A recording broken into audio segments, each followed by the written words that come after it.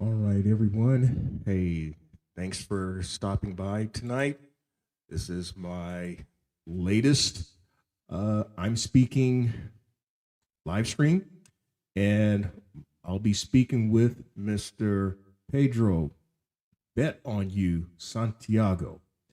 Um, Pedro and I share a little bit of history. In fact, I'm gonna bring Pedro on now. There he is. Hey, We've got a little bit of history in that you started out in rideshare in 2020. hmm You were in a transitional situation because of what the casino and all. I started out in rideshare as I've mentioned many times in 2016. Started out with I was on board with Uber, and in South Carolina, um, Lyft. It was only available in Charlotte and in Myrtle Beach, and then in January 2017, it was available in the entire state. But that's one thing where we share. yeah, Um, the other history is that for some of y'all who don't know, I was a guest on Pedro's Sunday live stream back in 2023. And so I kind of hinted at some point I'm gonna do a live stream, but didn't know it'd be 2 years later. yeah, But Pedro, when I asked him to appear on on the live stream, he says, "Yeah, let's do it." So I was very encouraged by that. So thanks for absolutely. agreeing to appear. So y'all, let's see here who we got here right now. Okay, that's you. A little late night whispers. No, no, no. We talking. We ain't no whispering here. Mm-mm. Definitely All not. right. So in the news today, Pedro had a big deliver that order, $3,200 order. Pretty Now big. you hyped it up as being paid $9, but I'm gonna give you a little bit of clarification. Then we'll talk about it though. But hmm the $9.70 was deliver that's base, but in recent months and weeks, deliver that shared how it had a new pay structure in which they've kind of kneeled to Easy Cater. And Yeah, so it's a tiered system. And so because the order amount was over $3,000, your tip guarantee was 300. yeah. So that explains why the breakdown of the money. But it shouldn't surprise you though that I've had my share of $3,000 orders, not I'm not on deliver surprised. that. In fact, I will tell you this much. I have once was offered a $3,000 order. It was $3,600 on another app, and I turned it down because it was only paying $185. That's why. Was it on like delivered? Yep. Yeah, yeah, yeah. I mean, this order obviously was worth my time. I mean, it's a Hmm. great order. I was just a little surprised by the commission base being so low.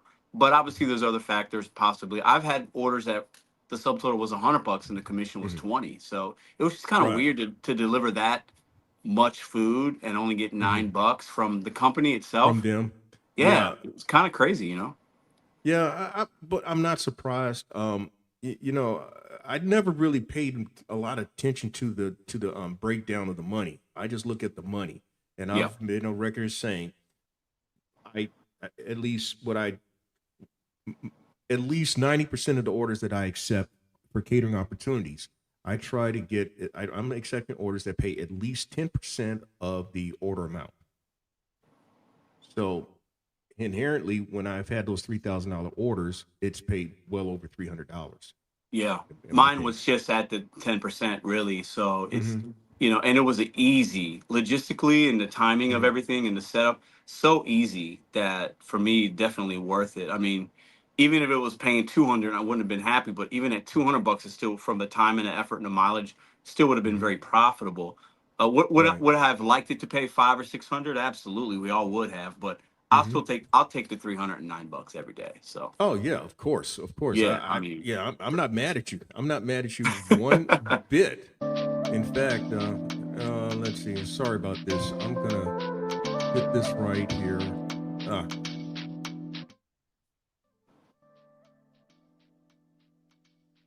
okay. I'm trying to break up this conversation with some music here. So, yeah. anyway, so yeah, So that was a good deal for you, man. You'll see your money. Let's see, probably it may be Friday or it may I be think next so. Wednesday. Yeah. Yeah, that's the way Deliver That goes. But in my market, at least for me, when Deliver That, I've not seen a Deliver That order probably since November. Wow.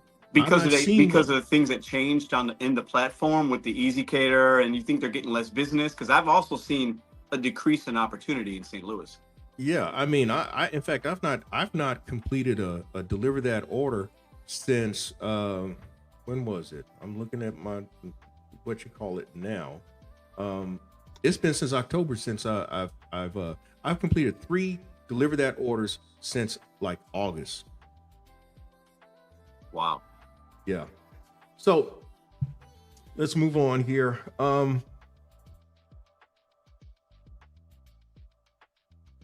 Okay, now when I appeared on your live stream, this is where I'm going to kind of bring you what I mentioned beforehand, bring us to where we are now.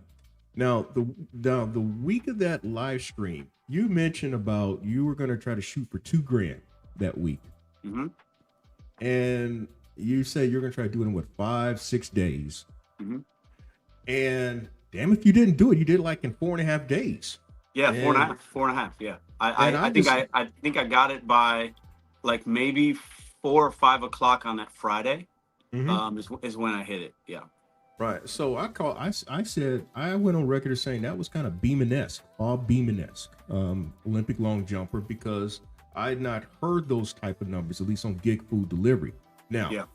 in the space that I'm primarily in now with last mile and brokered opportunities, oh hell, I've seen that type of money. Hey, Cray, Cray thanks for Cray. stopping through there.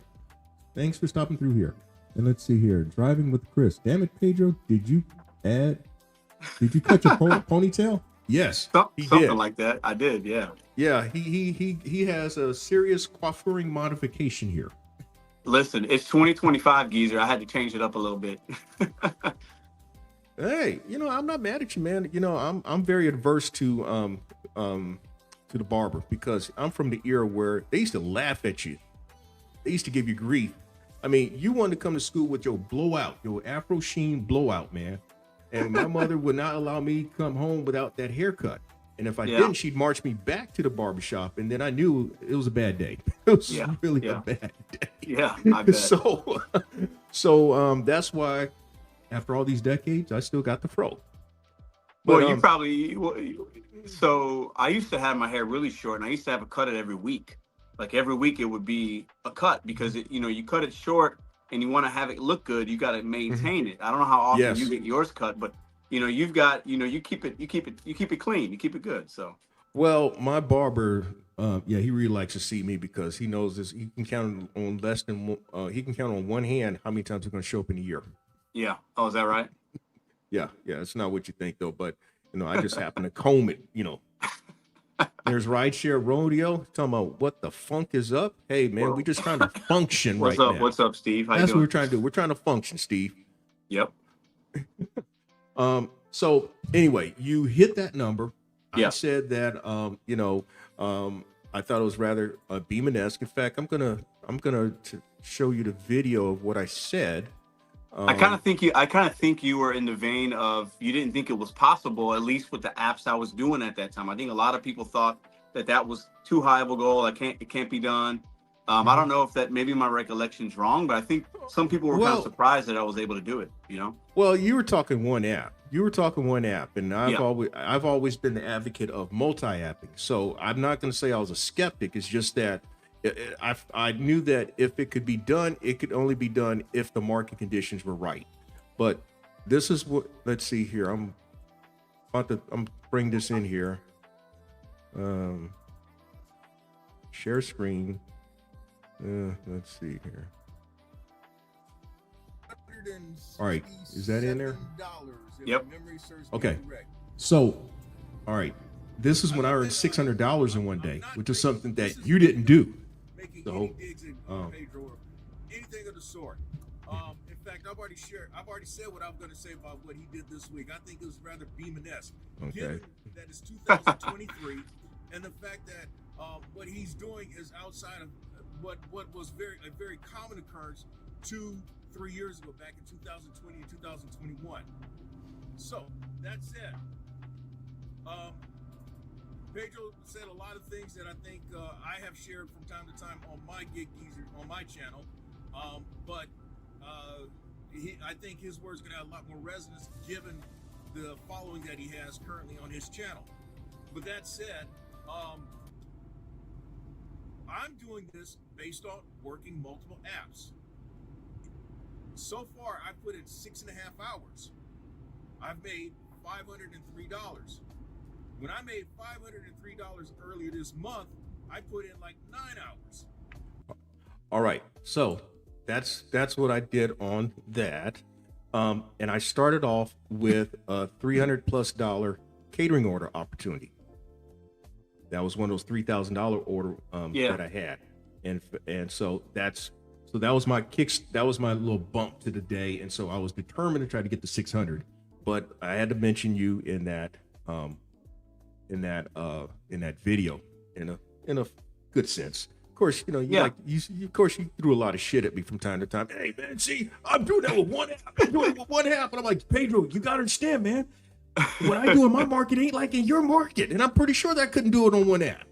Listen, I think, you know, I'll have to admit, as I've gotten away from DoorDash, and because DoorDash was my main one for a long time, and I did Uber, and I threw in Instacart and other things, but as I've gotten away from it, I'll be the first to admit, I didn't know what I didn't know, right? And, you know, you're making okay money with 1 or 2 or 3 apps, but as I've broadened my horizons a little bit, and as I've upped to my minimum, you know, I couldn't imagine doing a $4 order right now. There's just no way I would ever do that, right? But back then I would do one for a mile. And, you know, so I definitely would throw a lot of shade here and there. And, you know, I always thought it was kind of fun banter between you and I at times. It never got ugly, you know.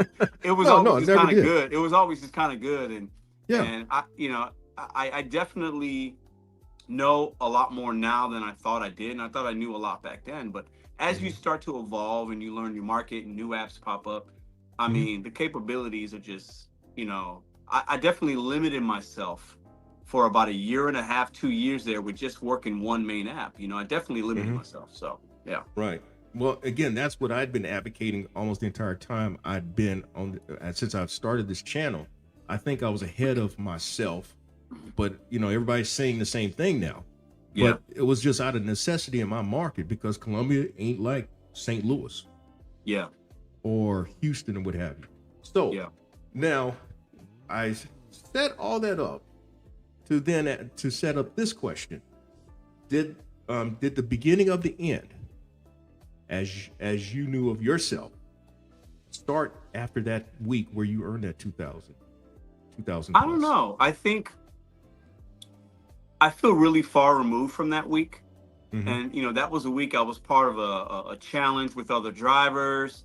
And, you know, I hadn't really pushed myself like, exactly. I hadn't pushed myself like that in a while. And I said, you know what?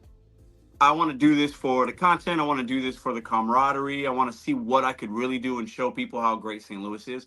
Because I'm very lucky. St. Louis is a really good market. Not a big city, not huge. People wouldn't think it's, you know, not like other ones, but it's really good. But I think for me, doing that and then people still not believing I did it, even though it was vetted and I showed proof. Like, I think some people, I think that was like the beginning of like realizing what you put on YouTube, you know, isn't always going to be received positively. And I never went back. I haven't done 2,000 since, you know. Could I do it in St. Louis? Absolutely. But, you know, as I started figuring out other ways to make money and prioritizing different things, I just kind of wanted to do 1 week like that just to see and show people it can be done. But for me, I think, you know, not doing DoorDash anymore, and that happened, 7.5 months ago. That was really the beginning of how I started to like change my mindset on some things. But that $2,000 week was fun. I mean, and doing it in 4.5 days. I mean, that's, you know, I feel good. I felt proud about that week. You know what I mean? And I didn't even work the weekend, so it was good. Right. Well, here's something for whatever it's worth. I never hit 2,000 doing gig food. Yeah. Just exclusively gig food. Yeah, that was all food, no rideshare, no catering or nothing at the time. It was just all food delivery. Yeah. The best I ever did rideshare exclusively rideshare was like $882, and I worked my ass off that week, and I put in I 40 bet. hours, and that was 2016, no 2000. It was 2017, 2017 when I did that. Yeah. But again, we're talking two different markets and all. Yeah. So would you say then that when would you identify what began to lead you to where you are now then? Oh, Now I'm I not think talking I'm not talking in generalities and all that stuff. Yeah, I mean, yeah, we're yeah. gonna get into all that stuff, y'all. It's just Yeah, that yeah, yeah, yeah. I'm just kind of talking along right now. I think if you're talking like with the apps specifically and how I looked at them and how I worked them, I think I think somewhere in my mind, in my subconscious or my third eye, whatever you want to call it, I started getting tired of doing all the DoorDash stuff, making all the DoorDash videos, talking about Mhm. DoorDash. It was like repetitive. So Mhm. I think in some ways, when I decided to make the decisions to get deactivated, really, and I knew that was going to happen. I wasn't surprised. And then when I decided not to go back to it, not to try to use another account, and I decided, you know what, I need to just like rip this Band-Aid off. It just kind of opened up the possibility and it made me have to look at other ways to make money. I think I got Mhm. really comfortable doing DoorDash and sprinkling in Instacart and Uber and making a video every day. I got comfortable, and I believe comfortability is bad for gig drivers. We shouldn't be too comfortable. We always got to be pushing the Mhm. possibilities, looking at different apps like you talk about and other people talk about. I think I just got too comfortable, and I think that you know realizing what I didn't know and kind of letting that ego go down and like not being as prideful and just realizing, man, you know what? I can take DoorDash out of my middle name on YouTube. I don't have to talk about it every day, and I can still do okay and make good money. It was just kind of a game changer for me. And I'm a hard way learner, so it took me a while to get there. But I mean, I've never been happier in the gig economy than I am right now. So Okay. Well, we got a first timer here, the Stardasians and the Stardasian Misadventures, and so thanks for coming through here. yeah, what's up? Is I that's Eric? How you doing, man? Okay. And then there's also Michael Manuel. He's been through here before. He's saying there's no way possible people making $500 a day doing DoorDash. I agree. I mean, shit. I don't. Yeah, that's That, nowadays especially. Yeah, that's like you got to have a lot of luck there. yeah, like a size 226 horseshoe up your ass, pretty Yeah. much. But Yeah. yeah, you'd have to hit everything. Yeah. Actually, personally, like on DoorDash, man, I've not attempted a DoorDash or completed one since like November. Good for you. And, yeah, I've completed one Uber Eats since then. No Grubhubs, no Instacarts.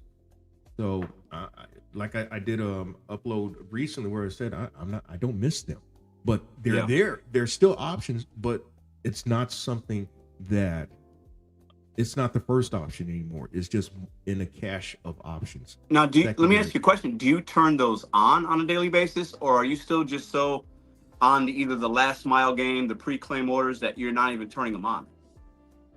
Not even turn them on. Not even turn them on. I mean, Yeah. I turn them.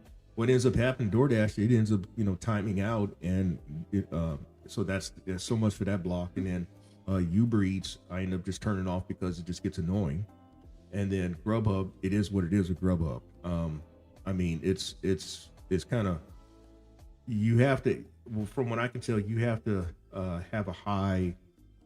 All your numbers have to be up there in order to get early access anyway. Yeah. So I don't miss it. I don't miss it one bit there. So we're gonna go over some words now. Not word game, but we're gonna go over some words, and I think we can kind of talk at length now. There's some things that you've been very public about. Sobriety. In fact, that's gonna be one of the words, but we'll talk about that in order. Your personal health, trying to get healthy. And so let's talk about responsibility. Responsibility. What does that mean to you in 2025? Well, first, I think and I appreciate you bringing these things up because I have been talking about it on my channel, and it's really the most important thing to me right now, right? I enjoy making the gig content. I still do it, but it's in a different vein right now, and I enjoy sharing other parts of my life because I think that's more impactful. for myself, and it could be more impactful for others. But responsibility, man, like Mhm. the way I'm looking at it right now is I'm responsible for myself first. What I do, how I treat people, my actions, I can control that.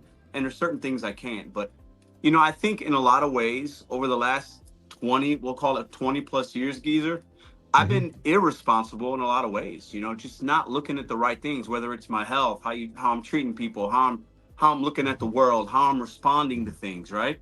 Mhm. But responsibility is something that we can control. We can be responsible for ourselves, our actions, how we treat people, how people treat us, but how we react to that. That's a Mhm. responsibility that we can manage that, right? So Right. I'm on a path right now, Geezer. I'm on a journey. I'm Mhm. feeling really good. It's not Mhm. always easy. Um, some might call it midlife crisis, or you're getting sober, or you're doing this, you find a higher power. But for Mhm. me, I needed it, man. I Yeah. really needed some level of responsibility. And I think I got lost a little because the work that we do, we don't have a boss, right? Right. We don't have Right. anybody we're not on schedules, right? We don't Right. have we got to wake up, we got to figure it out, we got to hustle, we got to make it do, we got to pay the taxes, you got to. So within this kind of work, right? It's Right. really easy to get lazy and get irresponsible sometimes, right? I think I kind of fell in that pattern. And right now, man, I'm focused on taking personal accountability, responsibility, Mhm. doing things for others and not just myself. So Mhm. it's a word that I think about a lot for sure.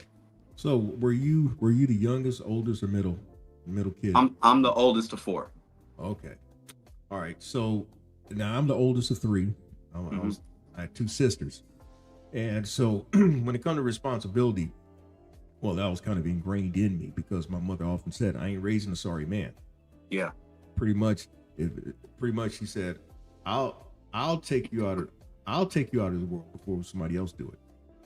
So there were these expectations, and so when I think of responsibility, I'm thinking of obviously from that angle. In that, um, there are things that I had to own up to, things that I had to own up to. I had a responsibility to self, responsibility to my sisters, responsibility to my mother, and so I often thought about, hey, I can't be going around embarrassing her. Now, that's Yeah. just what. Now we move forward to 2025. Well, responsibility now, me of course, but then my queen. Hmm. Um, I feel like I have a responsibility with this channel, in that I try to be very responsible with the content that I put out, and well, I don't so much as worry about what people say, but at the same time, I don't think people can call me an SOB behind my back. Yeah. You know, they may not like that I curse and curse them out, but then again, I've kind of curtailed the cursing. So, um, Well, why did something happen, or did you feel like you just didn't want to have that on the internet? well, I mean, I just curtailed it. That's all I'm saying. Yeah. I just curtailed it. I mean, I mean, I just don't always have to. Every Yeah. every every every third, fourth, this sixth word don't have to be goddamn it, motherfucker, son of a bitch and all. Okay. I've definitely had some videos where I've done that a few times. Yeah, I definitely and, let the words fly. Sometimes it's okay. I and think it depends on the yeah. context, but yeah, you're Mhm. definitely right. I think it's curtailing. It's probably wiser.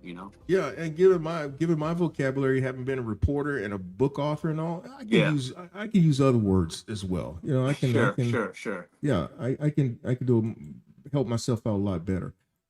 So yeah, but again, I go back to the responsibility, like what I think about being a content creator, because I've seen people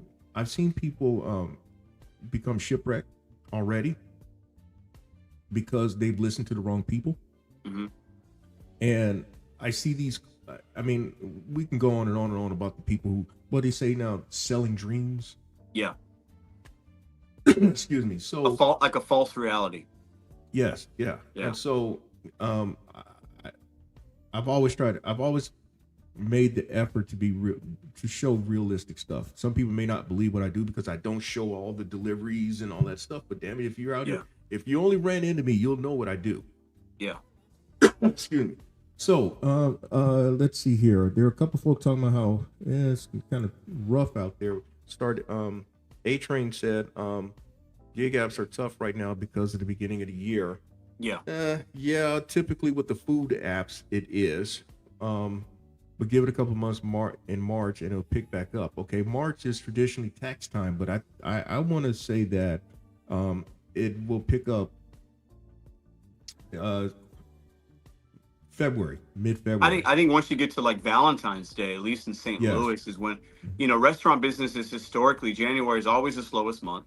And then you get to Valentine's and it starts to pick up back a little bit, at least in my experience. Right. And then March, you're talking about the NCAA tournament.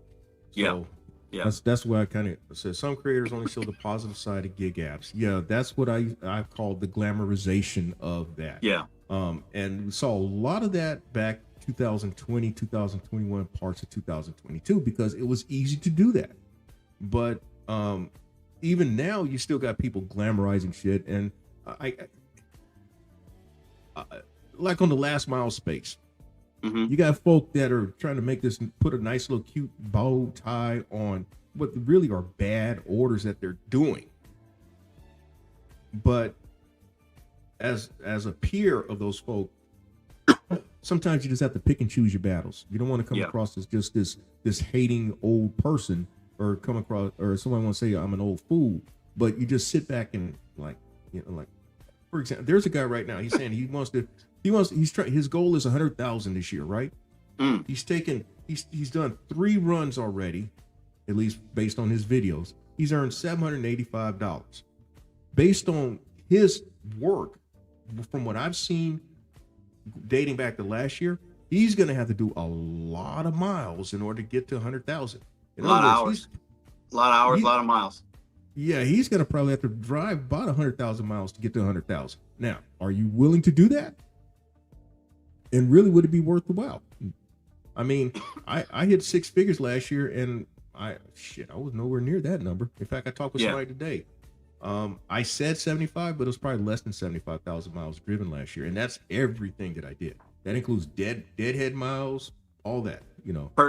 Yeah. I mean, and I think you obviously there's some tax benefits depending on how you do it to driving more. Some people would say or look into that, but I couldn't even to make 100,000 with just the apps. For me, I'd have to work a lot more than I'd be willing to work. Yeah. Right. Yeah. You're talking probably 16 hours a day. Easily, and 18 hours a day. I'm not doing that. There's no way. Right. There's no way. Okay. So we're going over to responsibility. The word tumultuous, tumult. Well, how does that resonate with you? Tumultuous? Tumult. A state of. You've had tumultuous moments in the past year. I'll say this, Geezer. The last 2 months have been the craziest 2 months of my life. I turned 43 in November. Okay. Okay, I remember turning 43. Yeah, I bet. Yeah, it was last week, right? Thank you. You're welcome. Didn't know if you catch that. I'll say this, man. Since turning 43, it's been wild, and I've had, I've been through some things, and we all have. But I'm on day 118, no alcohol, sober for 118 days. So I started that journey, months ago. But then right in the middle of that, a lot of other family and personal things happened with my family dynamic, and I had to make some really tough decisions. And I mean, really by the grace of God and with my sobriety, I've been able to stay sober and deal with all these things and still work and still earn and still make videos and still be okay. So it's been, the 2024 ended crazy for me, but it's starting off very positive, very hopeful. I'm very focused right now. Tumultuous though, yeah. I mean, the last 2 months have been just a roller coaster, and that's separate from just the gig economy in itself, which is already a little weird, right? Can be a little crazy, but I'm talking like major life things, right? And I'm very, very grateful that I've got some really great people in my life. And my sobriety, man, it's a game changer for me. I look back even, Geezer, at some of the older videos I've made or interactions I've had and things that I've done when I wasn't sober, and it's like a completely different Pedro in some ways, you know. So I'm very grateful just to deal with the tumultuous things and like to deal with a struggle and then realize you can kind of come past that, and when you get out of it, you can be better for it, at least from in my experience, you know. Right. So Well, funny. No, I mentioned the word tumult. Star Dajian says he's about to turn 40. mm, I'm gonna put you in perspective, buddy. Here, 40 years ago, I started going through that tumult. That actually has led to where I'm at now, at least this space. In that, at one point, 40 years ago, I thought I was living my best life, mm, working a job. mm, I'm able to go to the bowling alley and bowl league the way I wanted to. I go to the beach when I wanted to, go to the racetrack and lose $20 if I wanted to, mm-hmm, give my mother some money, after I got paid every week and all. mm-hmm, I'm living my best life. Then I meet someone and I start making some serious decisions. It didn't end up with me being in a relationship with this lady, but yeah, it challenged me to make other decisions. Okay. In that I began to really look at, that personal responsibility and all. And the job that I had, all of a sudden, the job started getting crazy. The hours that I was working, all within about 2 months, I was working half the hours. mm, Yes. And shit was going crazy on the job left and right, man. Now, at the same time, I actually started attending church. I mean, I literally would walk to church sometimes mm. or walk home from church. I got to stop and say hello to some folk here. We've got Mr. Yeah. Raymond Picard Jr. here. And he's also my second vice president of the Gig Geezer crew. You got two vice presidents? That's impressive. The first vice president is guy in East Texas. His name escapes my memory right now, but he's first vice president, and Mr. Picard is second vice president. Nice. So, all right. So we're I'm going to church. In fact, the church that I attended, the bishop, he was succeeded by Noel Jones, who's been on the Pastors of Los Angeles, on one of those reality shows. But Noel Jones is Grace Jones's brother. Okay, Grace Jones, the model and the actress. The actress, yeah. That's his sister-in-law. But anyway, so things are just, whatever could go wrong went wrong. I saw impact. I saw where I'm about to make impact. I'm trying to buffer myself with whatever I can, and just splattered on the ground. Well, in the process, in the midst of all that tumult, my uncle makes contact with me. I make contact with him, then he makes contact with me. And he told me about this opportunity back home in Houston. I didn't think anything of it. Well, 6 months later, I get in contact with him because I knew that he was well known in Houston and all. I thought, well, maybe he can use his connections to find me work or something like that. He sends me the same package. It was a financial aid package and admissions package to Texas Southern. I ended up doing that. Okay. And even then, when I went back home to Houston to go back to school, just long story short, there was tumult with that. This is summer of 1985 now. Yeah. There's tumult with that. There were people who just did not think that I could do it, that I could literally come off the streets and go back to school. Yeah. But I saw an opportunity that I had because I had nothing to go back to at the hood. Nothing to go back to the hood. And so, long story short, within 5 years after summer of 85, where I came off the streets to go back to a classroom, I'd accepted a job at the Richmond Times-Dispatch, which was the top 2% of newspaper business. So from tumult to accomplishment. Excuse me. So yeah, I feel that, man. I feel that. Yeah. It's funny looking sometimes you mentioned people didn't think you could do it or whatever, right? Mhm. Maybe they doubted you or they didn't think from the streets to a higher education. And like, I think it's always interesting because I've dealt with this too. Sometimes it's the people close to you or that you thought they were your friends, or sometimes it's family or it's a girl you're dating or whatever. Those are the Mhm. ones that can be your biggest critics Yeah. sometimes. And Hmm. sometimes do you feel like that can like it can fuel you sometimes? Do you ever get like, you know what I Well, mean? I think I wouldn't call them critics. I think they can be your biggest haters. In my Mm, case, family members who first of all saw Inwood Lane as this 3-year-old on top of the piano. In my grandmother's house, there was a picture of me like 2, 3 years old, they saw me in that picture. They didn't yeah. see that I was this adult, who had grown up and all. I had to tell them that. But at the same time, it just the people, and in fact, if you just want to make a reference to the Bible, the people who really hated on Jesus the most were his own folk, not his family members, His but people. Yeah. yeah, it's like, hey, Yeah. you the son of Joseph, and Yeah. and you had them. They were pointing out all these things about him. So that's Mm. that's just life. That's just life, man. Yeah. And I hear that. I hear that. yeah, but I think back to that summer of 1985, and I've shared this with some folk how this may be a time of just reflection for me, because that's improbable, man. When you literally leave the hood, South Yeah. Central, where the Crips and the Brims and the Rolling 60s, Rolling 70s, Inglewood family and all that, well, I had nothing to go back to, man. To I Houston. took So from there to Houston, right? Yeah, back home to Houston. Yeah. I took basically everything I owned in two hands. My sister bought me a suitcase that I used for the next 20 years in my time professionally as a newspaper reporter. But I had a Bacardi bag, a Bacardi tennis bag that I put my stuff in, and a suitcase. Wow. And basically Wow. everything I owned was in those two items. That's crazy. When you did that, I was 4 years old. 1985? No. 1985? Or okay. All right. I was born in 4 years old. 81. I was born Okay. in 81. Yeah. Okay. Yeah. Well, that just goes to show you how old I am.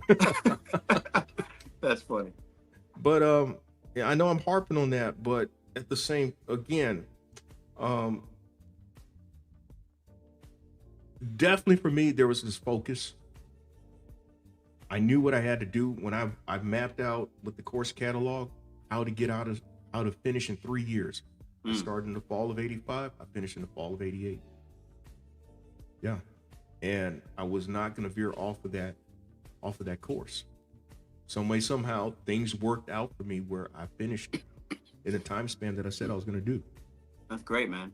I love hearing stories like that where people are, you know what I mean? You're young and like you got all this stuff going on and you got a goal and you reach it. You know, I think everything that we deal with when we're young or old, it shapes who you are now. Because you even now, you said you're thinking back to those times, right? Yeah. Hmm. And those decisions that you even made 40 years ago Hmm. are shaping you right now in some ways because you're able to reflect on it, talk about it, share the story, and somebody else could get something from it. You know, Right. I think it's wild how the world works like that. You know. Well, one thing that I always said from all that, when I took my last final in December 1988, it was a 400 level course, and when I saw the final, I knew that I had aced that bastard. Mm.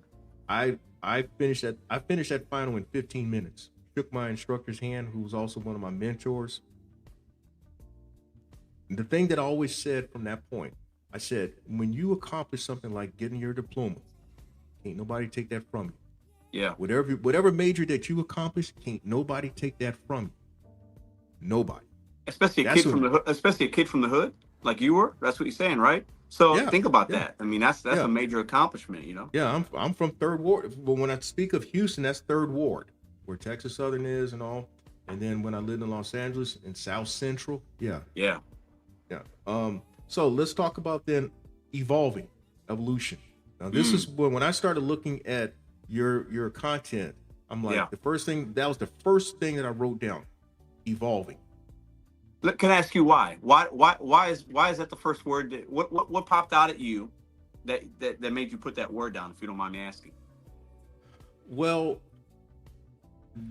from what I remembered, the last content that I saw of you, I saw this person who had that swagger about him, even though I understood why. Okay. Yeah. Yeah. I saw someone who's now trying to reach people a different way, Mm. using his platform or using what type of leverage that he has to reach people in a more meaningful way. Mm. So it's not so much as about the damn DoorDash and Grubhub and Uber Eats. You can always talk about that, but maybe you can impart something to somebody where it may make impact down the road for somebody else.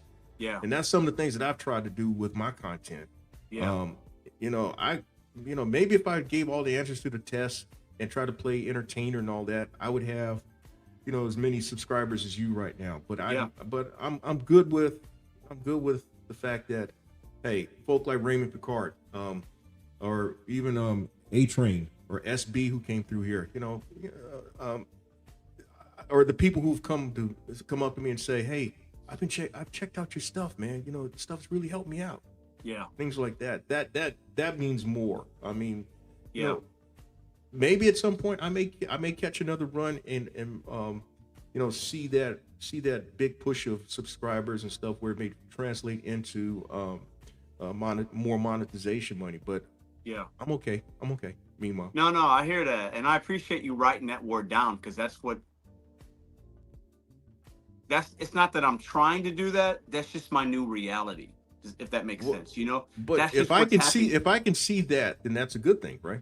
No, it's a fantastic thing. And I think I got, the good. Okay, I love YouTube, Geezer. I love it. I think we both have channels. We obviously have a passion for creating content and getting a word out there, sharing our experience, entertaining, whatever, right? It can be all the Mm-hmm. things at once. It could be those things separately based on each video individually.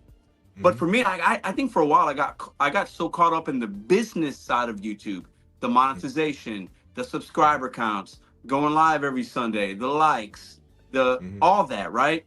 And I was so caught up in those numbers that I lost a sense of like my own reality, Mm-hmm. right?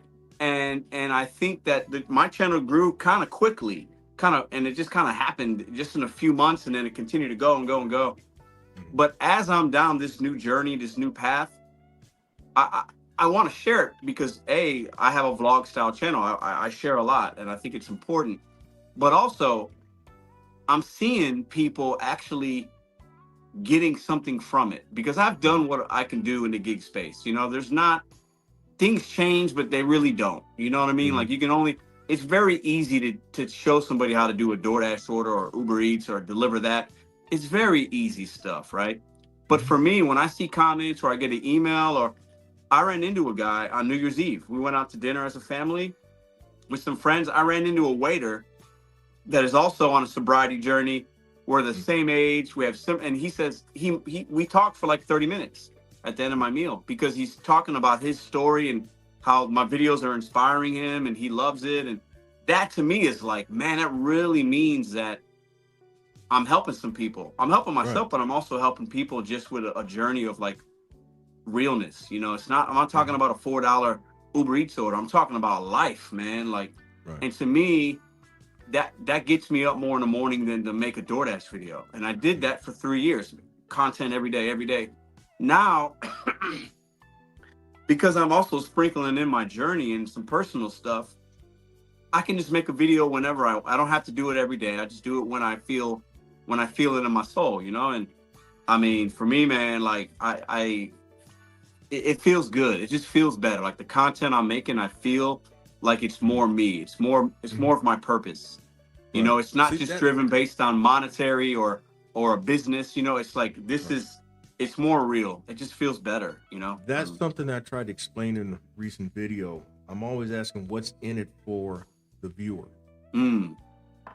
What's in it for the viewer?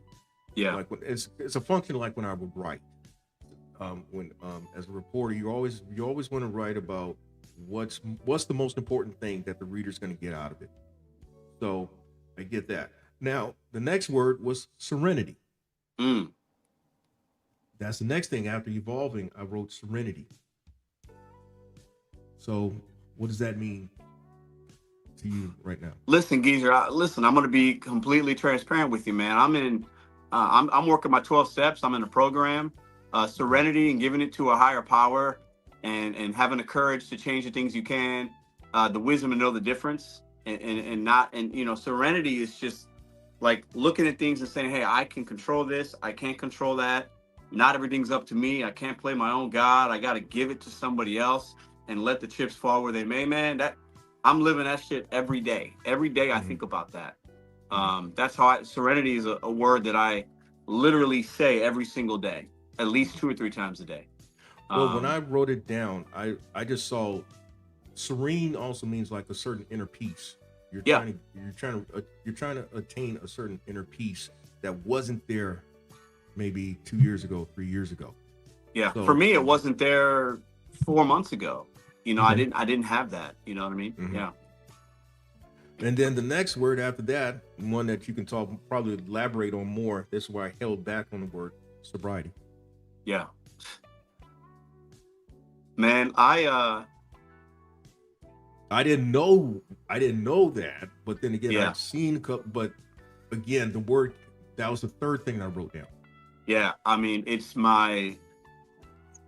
I never thought I really had a problem with things, right? Because I was always somebody that was a hard worker. And if you're a hard worker and you're just a little bit smart, you can go a lot of places. You could be successful. You can maybe have a job, gain employment, find a woman, have some kids in it. But at some point, for me, I realized alcohol was a problem. It was holding me back from being the best version of myself. I wasn't as good of a dad, or as good of a boyfriend, as good of a son, because I coped with alcohol. And I always had a weird, like, false idea, a false thinking of what, like, somebody that had an addiction was. I was like, oh well, they're doing it every day, or they got to wake up and drink, or wake up and use, or wake up and whatever, right? And I never had it like that, but it definitely, I wasn't able to manage my life. And when I decided to cut that out, initially, I wanted to get sober for my health, because alcohol is like, it's bad. It's just bad for your overall health. It cuts years out of your life. It's bad for everything in your body. So I cut it out, not realizing I was an alcoholic. And I got about 30 days in, got admitted to the hospital, spent 3 days in the hospital. And then I started really doing some soul searching as I'm sitting in a hospital bed. I started reading up on some things. I was like, man, and I'm looking back at the things that I have or don't have in my life, and I'm looking back at the bad times and how I've impacted people. Alcohol played a major role in that. I started going to meetings, and I started just to realize some real hard things about trauma, my reality, things I saw as a kid, how I treated people. So my sobriety has become my number one focus in my life right now. And 118 days, no alcohol. I mean, and not even drinking, dealing with all the other things I've been having going on, man. It's a miracle. It's God, But my sobriety is so important to me, and I never thought I would be saying this even just let's say 4 months or 118 days ago. But it's something I work on every single day, and I take actionable steps to do it. And I take it very serious, and I've noticed so many changes just in the last, we'll call it the last 2 months. Because the first 30 to 40 days of me not drinking was still a little rocky, right? Because I didn't know what I didn't know. But I mean, the people around me are seeing a change. I feel different. I think my content's different. I'm not as negative. I'm healthier mentally and physically. So my sobriety is everything to me right now. And if I hold that in the top priority when I start my day and end my day, I feel like the beginning and the main parts of my day are just better, and I could be more focused, more present. I could give to others in a better way. When you emailed me and I saw it, I'm all about saying yes to good things. You know what I mean? I'm all about trying to give back. And my sobriety allows me to do that. I think if you would have emailed me a few months ago, I might not have gotten it back. I might have made an excuse. Oh, I'm a little too busy. But, my sobriety is allowing me to look at things different, and it's opening doors for me that I would not have opened before. It's a big, big, big part of my life right now. So Interestingly, when I think of sobriety or just sober-minded, now I know that's an exhortation out the Bible where it says, "and to be sober-minded." yeah, Okay, but I also think of, now I don't, believe it or not, I'm a square when it comes to the vice, those type of vices. I've never drunk, never smoked, never got high. never at all. Never. Wow. That's great for Yeah. you, man. Wow. That's Yeah. impressive. But there, because there was such tumult in my life at certain points, I would get into such a rage, an inner rage, that it was as if I had it was an inner rage to the extent that it was as if I'd gotten drunk and had to sleep it off. Oh, wow. Yeah, it was just that. It was just that. It was a lot of shit going on in my life at the time too, Yeah. and it takes a lot of work. I agree. It takes a lot of work to be at a state of sobriety. You don't always have to be chemically. I guess that's Yes. what you would say. You don't have Yes. to be chemically, but just life itself can make you drunk. Well, and you said you haven't drank, smoked, whatever. Yeah. But you just talked about you've had experiences where you were high, right? And you acted out maybe in a way that wasn't good, right? Raging or whatever. And that could be a form of, and when you do that, you realize that's not right. I don't want to feel like that. Why do I feel like that? So I think there's levels, and people have different ways of coping or not coping with things. And sometimes it doesn't necessarily mean that you're high or drunk and it makes you rage out. It could be from something else. You know what I mean? Yeah, and in my case, it was just Yeah. a lot of shit going on, man. A lot of shit, and how I got through it. I mean, maybe I should have had counseling and all that stuff, but I got through it, man. And I'm here. Yeah. I'm here. Yeah. Years, decades later. Well, let's see. Got a couple of folk here. Got Hustle Man Quell said he's out of South Carolina himself. So what part of South Carolina are you, Hustle Man? And then we also got here's Johnny. He said he's been deactivated on Spark for a month now. That sucks, So- man. Yeah. Okay, so you take assessment of yourself and think about, well, what can you do? What do you do next? That's the first thing that I would do. Look, take assessment of your options. Are you on other apps? Or maybe you may have to consider W-2. Maybe I'm just shooting stuff out there though, but I'm just thinking that if I'm in that situation, I'm asking myself, what is it? What are my options? What can I do next? What am I good at? Those are my thoughts. Yeah. What's cool? Oh man, you on the other side of town. Hustle Man. He on the other side of town. Hustle Man's been around for a while on some channels, man. He's a cool dude. So that's cool. Okay, yeah. Well, he over by the airport. Is that right? Yeah, he over by the airport. Yeah, I'm on the opposite end. I'm near I'm in, what they say, northeast. I'm in northeast. You know what, Geezer? I forgot you was in South Carolina, right? Yeah, Columbus. Okay, I was just there last month. Is that right? Yeah, so I had I drove from St. Louis to Virginia, and then we were going to Florida. So I drove from Virginia, and we stopped about the halfway point was South Carolina. We stopped there for a night, spent the night in South Carolina, and then drove the rest of the way to Florida. This was just a month ago. Yeah. Okay. Yeah. So A-Train asked, what part of Third Ward was I from? I was from over off of Dowling and Southmore. You can probably Dowling and Southmore. McGregor was in back of us, North McGregor, then South McGregor, in the shadows of the medical center. Yeah, that's where. And then well, that's good enough. And like I said, I went to Texas Southern. But so I got a couple more words, and we've got through almost an hour. I told you it'd be a fast hour, man. I knew when you said that, or you said it. I think you wrote that. I was like, yeah, it's gonna be quick. That's a good thing. That's a good thing. It's a great thing. It's a great thing. Yeah. Opportunity. Ooh.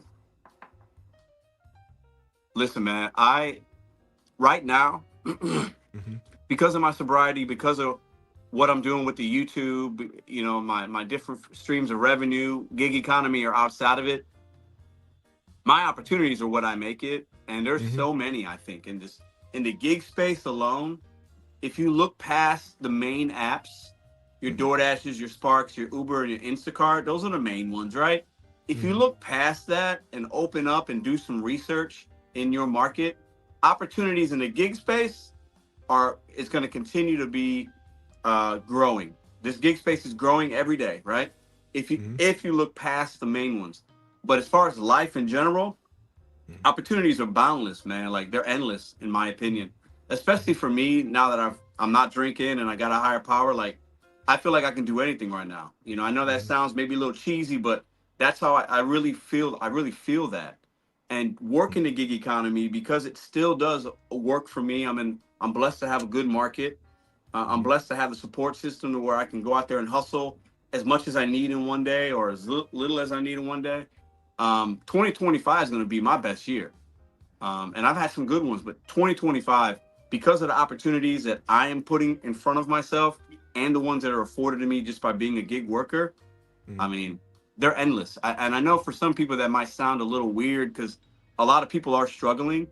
I think if it's about what you make of it, and it's about how you adapt. It's about what research you do. It's about what opportunities you take advantage of. But I think they're going to be there, and I'm looking forward to them. So, speaking of opportunity, I told you about 40 years ago. That was one. That was a window of opportunity that would not have come back to me when I took up on it, because at the time, Texas Southern was open enrollment, meaning that all you had to do was show proof of a GED or a high school diploma. oh, okay. Yeah, and I mean, and then the fact that my uncle was able to kind of put together a little financial aid through his contacts, get me a financial aid package and all. Back then, books and tuition for an entire year was $1,600 if you're in state. Wow. Yeah, That's crazy. That's when you That's crazy. When you see certain opportunities, it's like in football. You got to bust through that hole. Go at it full force, because it may not be there when you come back the next time around. Yeah, that's a really good point. You got to seize that moment. You got to seize that opportunity. Yeah. Yeah. All right. So, and that's what I remind myself every day. So if I'm hard on myself, it's because I think I felt that I missed an opportunity, or I didn't recognize the opportunity, or sometimes I could say that I did take advantage of the opportunity. There are challenges every day out there doing this, but it doesn't have to be. Is in any business enterprise, you have your challenges every day. Yeah. The question is, are you up for those challenges? Can you respond to those challenges?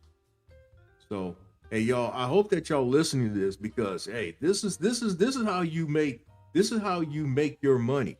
This is how you make the best of, if you will, opportunities. Yeah. This is the stuff that is not talked about on the channels when you're presenting. Yes, I did this Instacart and I got $30 for this one. No, this is what gets you in that position.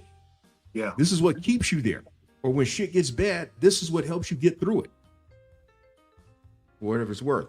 All right. So then I'll throw in this word, and then we'll end with one last question. Authenticity.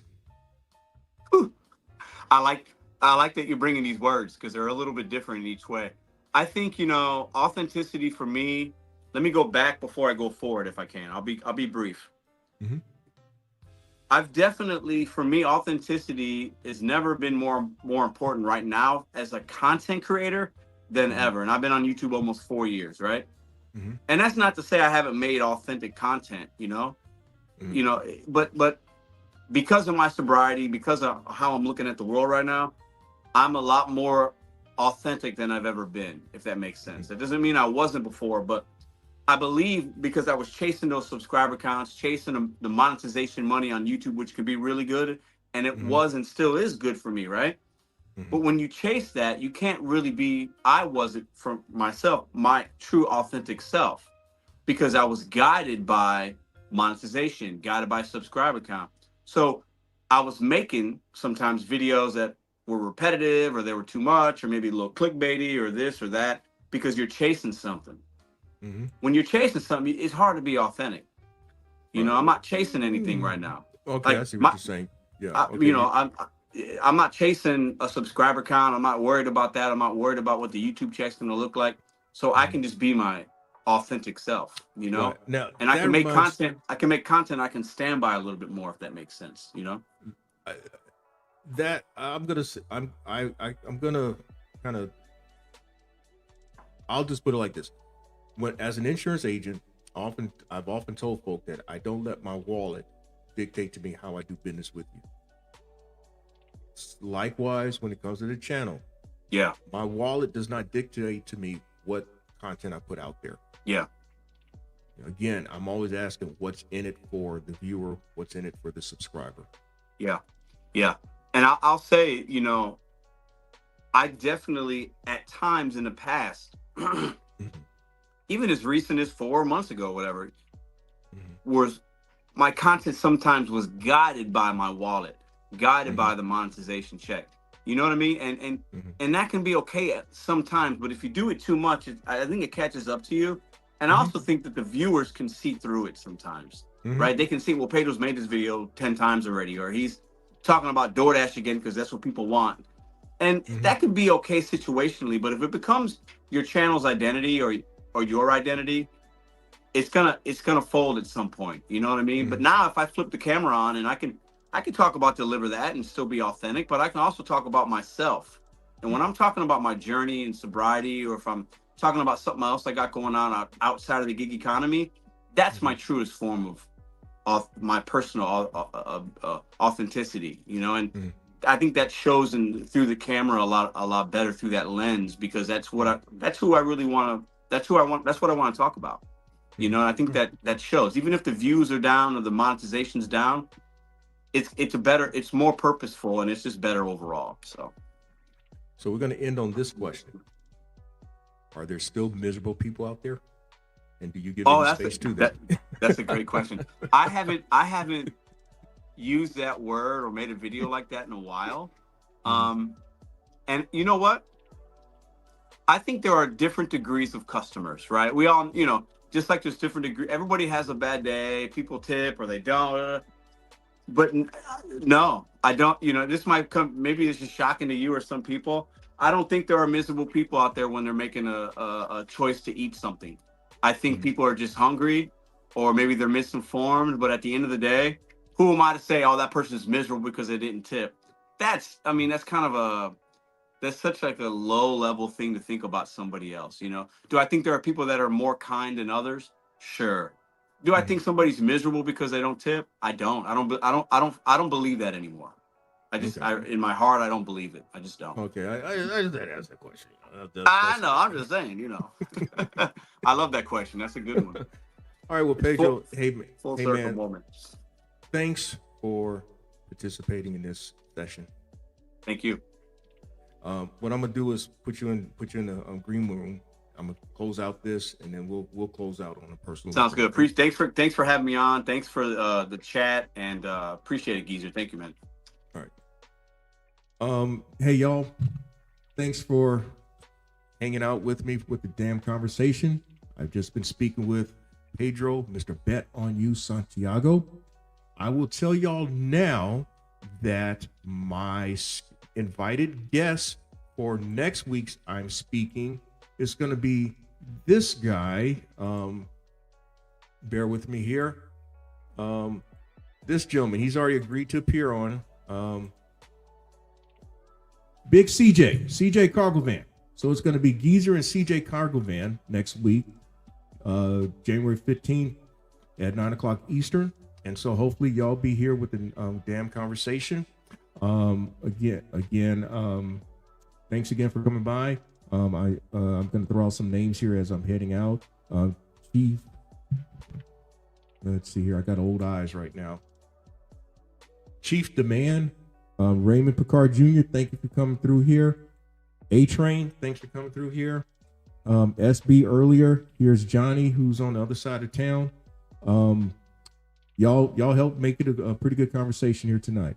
So, as I often will say, may your grind and your hustle continue. And check y'all out next week.